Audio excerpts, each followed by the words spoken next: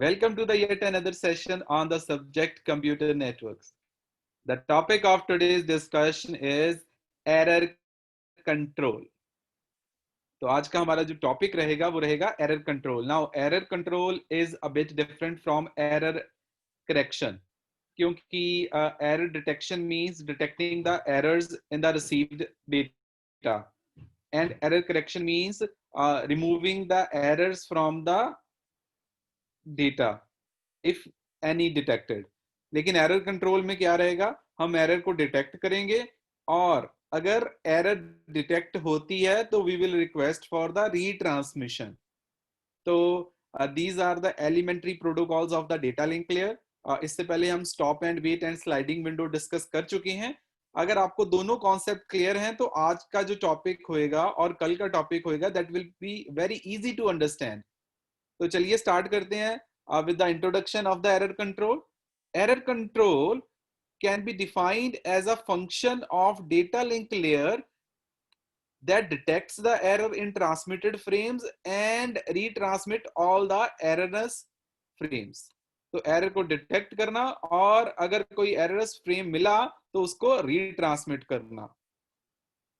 So it helps in dealing with the data frames that are damaged, lost, and the lost acknowledgement frame during the transmission. तो error control में आपको तीन चीजें ये करके देगा.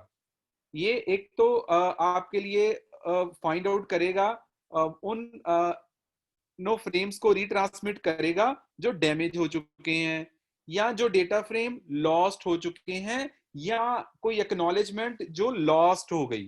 तो तीन चीजों को हैंडल करेगा, damaged frames, lost frames and lost acknowledgements. The method used for error control is called automatic repeat request, that is called ARQ, and ARQ is used for the noisy channel. जैसे हमने पहले stop and wait करा था, that was for the noiseless channel. This automatic repeat request is used for the noisy channel. तो अब ये देखते हैं कि what is this ARQ, automatic repeat request. So if an error is detected in any frame, the receiver sends a negative acknowledgement back to the source and specified frame is retransmitted. This process is known as automatic repeat request, that is ARQ. तो जैसे ही sender, now suppose कीजिए A is the sender, B is the receiver. The A will send the data to the B. On receiving the data, it will check for the errors. If the errors will be found, B will send the negative acknowledgement. And after receiving the negative acknowledgement, the sender will retransmit. It will retransmit the data. तो अब point ये है कि जो आपका automatic repeat request है ये basically तीन चीजों में आपको हेल्प करेगा. नंबर वन, कि अगर ए ने कुछ डेटा भेजा और वो डैमेज्ड है तो बी नेगेटिव एक्नॉलेजमेंट भेजेगा, उसकी रीट्रांसमिशन होगी. या सपोज कीजिए ए ने डेटा भेजा और ये रास्ते में ही लॉस्ट हो गया तो फिर क्या होगा, उसको भी ये हैंडल करेगा. या सपोज कीजिए ए ने डेटा भेजा, बी को वो मिल गया लेकिन जो उसने एक्नॉलेजमेंट भेजी that lost in the transmission, तो ऑटोमेटिक रिपीट रिक्वेस्ट उसको भी हैंडल करेगा. तो चलिए अब ये सारी चीजें डिस्कस करते हैं one by one. Now automatic repeat request uses ARQ uses the two methods. The first method is called stop and wait ARQ and the second is called sliding window ARQ. The sliding window ARQ is further divided into two subcategories, go back N and selective reject. तो आज के lecture में हम जो discussion करेंगे वो हम देखेंगे कि what is this stop and wait ARQ. इसमें भी तीन चीजें होंगी, डैमेज फ्रेम के लिए stop and wait ARQ, lost frame के लिए stop and wait ARQ and lost acknowledgement के लिए स्टॉप एंड वेट ARQ. और इसके अलावा हम देखेंगे the mechanism of the sliding window ARQ. The go back N and selective reject, we will be discussing these topics in tomorrow's lecture. तो आपको अब ब्रॉडली क्या करना है, स्टॉप आपको पता होना चाहिए कि ये ARQ होता क्या है, ऑटोमेटिक रिपीट रिक्वेस्ट। तो ये आपको 3 केसेस में हेल्प करेगा। कौन से 3 cases? Damaged data frames, lost data frames and lost acknowledgements. तो ये 2 तरह का होता है, stop and wait and sliding window. तो स्लाइडिंग विंडो जो वो फर्दर 2 तरह का होता है, go back and selective reject. तो इन अब 3 बेसिकली हो गए ना, 2 कैटेगरीज हो गई और दूसरी की 2 सब कैटेगरीज होगी। तो हर कैटेगरी के अंदर हम तीनों केसेस को ट्रीट करेंगे। I mean damage data frames को, लॉस्ट डेटा फ्रेम्स को और लॉस्ट एक्नॉलेजमेंट्स को। तो stop and wait first type में भी ये तीनों केस डिस्कस करेंगे। स्लाइडिंग विंडो में 2 टाइप्स होते हैं और हर टाइप में हम ये तीनों केसेस डिस्कस करेंगे। तो चलिए डिस्कशन अब स्टार्ट करते हैं with the stop and wait ARQ. Now the stop and wait ARQ, this process can be understood in 4 simple steps. तो अब वो 4 simple steps क्या हैं to understand the stop and wait ARQ? The first step in the process is the sending device keeps a copy of last frame transmitted until it receive an acknowledgement for the frame. तो जो भी sender frame send करेगा उसकी copy को वो अपने पास store रखेगा जब तक उसको उसकी एक्नॉलेजमेंट नहीं आ जाती। This is the first point. The second is both data frames and acknowledge frames are numbered alternatively 0 and 1. तो इट मींस मान लीजिए सेंडर के पास 5 फ्रेम्स हैं सेंड करने के लिए, तो उनका नंबर कैसे होगा? Frame 0 frame 1, frame 0 frame 1, frame 0 frame 1। तो ऑल्टरनेटिवली हम उनको नंबर करेंगे 0 एंड 1। डेटा फ्रेम 0 के लिए एक्नॉलेजमेंट आएगी 1 की और नेक्स्ट के लिए आएगी 0 की। तो ऑल्टरनेटिवली होंगे। The third step, the negative acknowledgement is not numbered. Negative acknowledgement frame is returned by the receiver whenever data frame is corrupted in transmission and contains an errors. Receiver कोई किसी frame के लिए negative acknowledgement करेगा तो negative acknowledgement का number नहीं होगा, number सिर्फ एक्नॉलेजमेंट का होगा। The fourth is sending device is equipped with the timer to deal with the lost acknowledgement.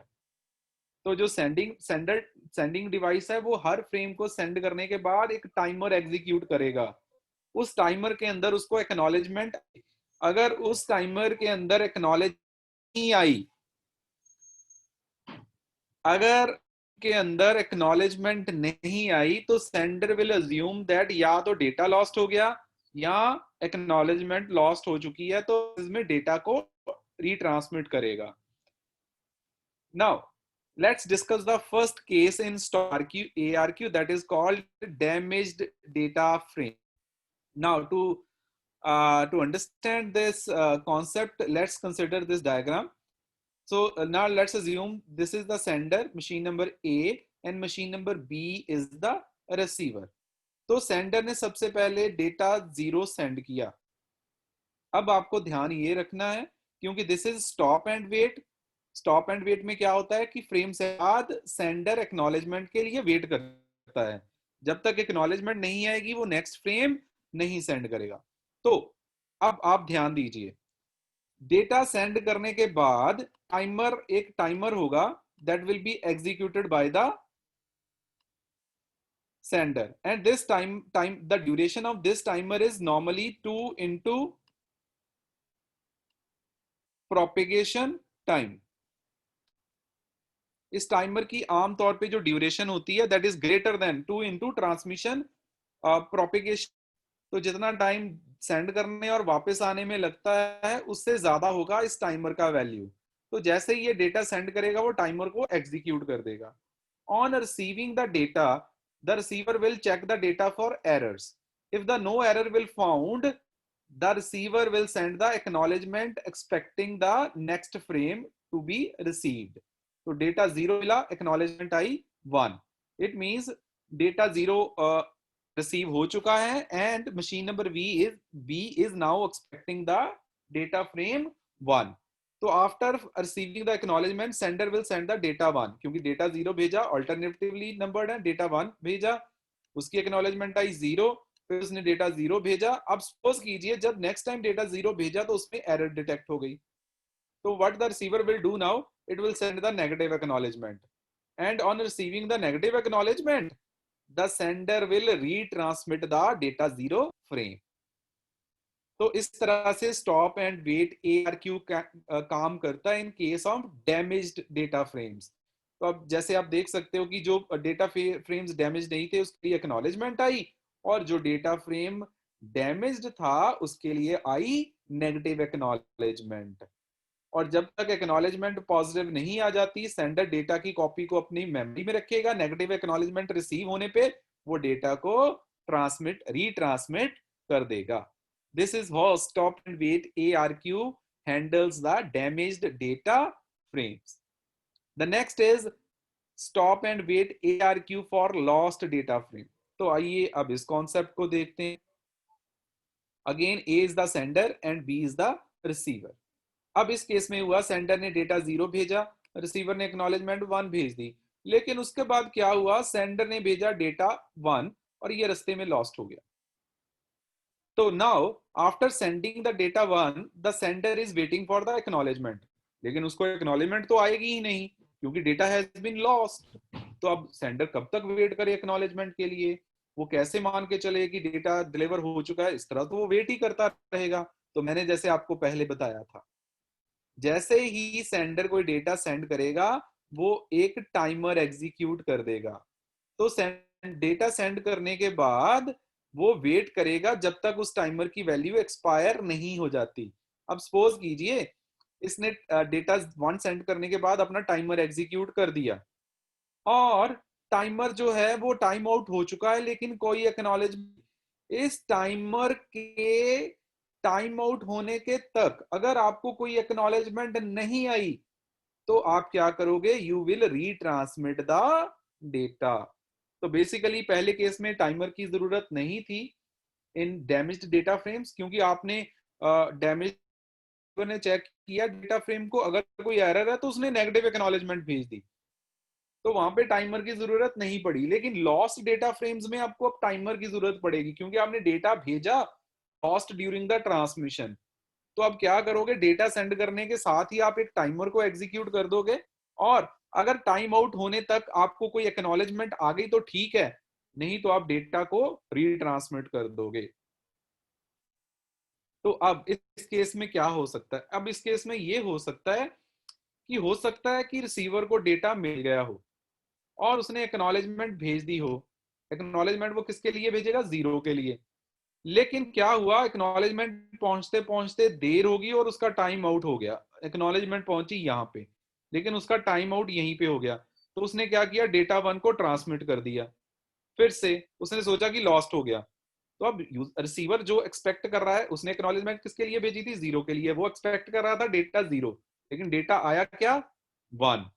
तो अब रिसीवर को पता चल जाएगा कि ये तो डुप्लीकेट कॉपी है, क्योंकि मैं तो एक्सपेक्ट कर रहा था 0, आया 1 जो मैं ऑलरेडी रिसीव कर चुका हूं। तो वो इस कॉपी को डिस्कार्ड कर देगा और वापस से एक्नॉलेजमेंट भेज देगा। Now the third case is lost acknowledgement frame. अब डेटा भेजा वो ठीक भी था, लेकिन जो एक्नॉलेजमेंट आई वो ही गुम हो गई, या नेगेटिव एक्नॉलेजमेंट थी वही गुम हो गई। अब एक्नॉलेजमेंट गुम हो गई तो इसके लिए भी सेम केस चलेगा। सेंडर सेंड करने के बाद टाइमर एग्जीक्यूट कर देगा, अगर टाइम आउट होने के बीच बीच में एक्नॉलेजमेंट आ गई तो ठीक है, नहीं तो वो डेटा फिर से ट्रांसमिट कर देगा। तो टाइमर की जरूरत पड़ेगी आपको in case of lost data frames and lost acknowledgements. और जो आपका डैमेज डेटा फ्रेम है उसके लिए आपको negative acknowledgement he is more than enough. तो अब इस केस में क्या हुआ, डेटा तो रिसीव हो गया, पहले लॉस्ट डेटा में डेटा ही लॉस्ट हो गया था, अब डेटा तो रिसीव हो गया लेकिन एक्नॉलेजमेंट लॉस्ट हो गई। तो उसने तो टाइमर एग्जीक्यूट कर रखा है सेंडर ने, उस टाइमर के बीच में अगर एक्नॉलेजमेंट नहीं आती तो he will retransmit the data, और रीट्रांसमिट करने पे फिर से वो उसने एक्नॉलेजमेंट भेजी थी 1 के लिए, लेकिन रिसीवर को आ गया डेटा 0, तो इट मींस ये डुप्लीकेट कॉपी है, ये इसको डिस्कार्ड कर देगा, एक्नॉलेजमेंट वापस भेज देगा. So this is how stop and wait handles the lost acknowledged frame. The next is sliding window ARQ. अब stop and wait में तो कॉन्सेप्ट बड़ा क्लियर था कि सेंडर डेटा सेंड करेगा और एक्नॉलेजमेंट भेजने तक वेट करेगा. स्टॉप एंड वेट में तो यही होता है ना कि डेटा सेंड करने के बाद आप एक्नॉलेजमेंट के लिए वेट करोगे, जब तक एक्नॉलेजमेंट नहीं आती आप नेक्स्ट डेटा सेंड नहीं करोगे. लेकिन स्लाइडिंग विंडो का कॉन्सेप्ट अलग है. This is stop and wait. लेकिन स्लाइडिंग विंडो में क्या होता है, आपका एक विंडो साइज होता है और उस विंडो में जितने फ्रेम्स होते हैं आप कॉन्टिन्यूसली सेंड करते रहते हो without waiting for the acknowledgement. तो अब ऐसे केसेस को स्लाइडिंग विंडो में ARQ कैसे काम करेगा वो डिस्कस कर लेते हैं. तो बेसिकली इसके दो टाइप्स होते हैं, go back N and selective reject. ये दोनों टाइप्स हम कल डिस्कस करेंगे. आज हम देखेंगे the general working of the sliding window ARQ. तो अब स्लाइडिंग विंडो ARQ को अंडरस्टैंड करने के लिए फिर से आपके पास 4 सिंपल स्टेप्स हैं. Now the step 1 in sliding window ARQ, stop and wait ARQ में भी 4 स्टेप्स थे और स्लाइडिंग विंडो ARQ में भी 4 ही स्टेप्स हैं. तो the first step states that the sending device keeps the copies of all the transmitted frames until they are acknowledged. Same concept that is used by the stop and wait ARQ. कि sender तब तक अपने पास सारी copies maintain करके रखेगा data की जब तक उसको एक्नॉलेजमेंट नहीं आ जाती. So this is the first step. Second step is the receiver can send both acknowledgement and negative acknowledgement frames to the source. The both acknowledgement and negative acknowledgement frames are numbered for the identification. अब इसमें अब सिर्फ वो alternative method नहीं चलेगा, अब इसमें acknowledgement और नेगेटिव एक्नॉलेजमेंट की प्रॉपर नंबरिंग होगी. The third point is the acknowledgement frame represents the number of next frame expected and negative acknowledgement frame represents the number of damaged frame itself. तो अगर तो डेटा आप देखिए वहां पे नेगेटिव एक्नॉलेजमेंट की कोई जरूरत, नंबर की कोई जरूरत नहीं थी स्टॉप एंड वेट में, लेकिन स्लाइडिंग विंडो ARQ में आपको एक्नॉलेजमेंट और नेगेटिव एक्नॉलेजमेंट दोनों को नंबर देने पड़ेंगे. लेकिन पॉजिटिव एक्नॉलेजमेंट में क्या होगा, the number of the next expected frame, जो फ्रेम नेक्स्ट एक्सपेक्ट कर रहा है उसका नंबर होगा. लेकिन नेगेटिव एक्नॉलेजमेंट में फ्रेम का ही नंबर होगा जो गलत मिला है. ऑब्वियसली ऐसा ही होगा. अगर पॉजिटिव एक्नॉलेजमेंट आ रही है तो रिसीवर भेजेगा नेक्स्ट एक्नॉलेजमेंट में क्या भेजेगा, number of next frame that is expected. और नेगेटिव एक्नॉलेजमेंट में उसका नंबर क्या होगा, the number of the frame that is received damaged. For example अब देखिए एक्नॉलेजमेंट की नंबरिंग की एग्जांपल देख लेते हैं. सपोज कीजिए एक्नॉलेजमेंट आ गई नंबर 2 की, तो इट मींस 1 मिल चुका है और ये भेज देगा 2, 3, 4, 5 और 6 को अपनी मेमोरी में रखेगा. अगर वो नंबर 4 भेज देता तो इट मींस 3 तक उसको मिल चुका है और वो 4th को सिर्फ अपनी मेमोरी में रखता. अब नेगेटिव एक्नॉलेजमेंट के केस में देख लो, अगर मान लो कि 6th एंड 7th जो है वो रिसीव्ड हैं और उनमें एरर है, तो नेगेटिव एक्नॉलेजमेंट 6 के लिए 6 ही आएगी और 7 के लिए 7 ही आएगी. This is the difference, major difference between stop and wait and sliding window ARQ. The fourth point is the sending device is equipped with the timer to deal with the problem of lost data frames and acknowledgement. तो वही से फिर से timer होगा, data send करने के बाद sender timer को एग्जीक्यूट कर देगा. अगर with in the timer time out होने से पहले एक्नॉलेजमेंट नहीं आई तो वो रीट्रांसमिट कर देगा. So these are the 4 simple steps, the process that is used for the sliding window ARQ. तो आज के लिए हमारी इतनी ही डिस्कशन थी। आज हमने डिस्कस किया कि what is error control. Error control के लिए हम यूज करते हैं automatic repeat request. Automatic repeat request है जो वो 3 केसेस को हैंडल करता है, डैमेज्ड फ्रेम को, लॉस्ट फ्रेम्स को और लॉस्ट एक्नॉलेजमेंट्स को। तो ये 2 तरह का होता है, stop and wait and sliding window. Sliding window further 2 तरह का होता है, go back N and selective reject. तो उसके बाद हमने डिस्कस किया stop and wait ARQ method. उसके अंदर फिर हमने स्टॉप एंड वेट में डैमेज डेटा फ्रेम्स के लिए हम क्या कैसे यूज करते हैं स्टॉप एंड वेट ARQ को, लॉस्ट फ्रेम्स के लिए और लॉस्ट एक्नॉलेजमेंट्स के लिए। और उसके बाद हमने डिस्कस किया what is sliding window ARQ and the process of sliding window ARQ। Tomorrow we will discuss go back N ARQ and selective reject ARQ। तो दोनों में 3 केसेस होंगे। The first one will be for damaged frame, the second case will be for lost frame and third will be for lost acknowledgement। दोनों types में 3 cases होंगे। So that's all about today's session। I hope आपको सारा concept clear हुआ of the error control and the stop and wait ARQ। Tomorrow we'll be discussing the types of sliding window ARQ, that is go back N and selective reject।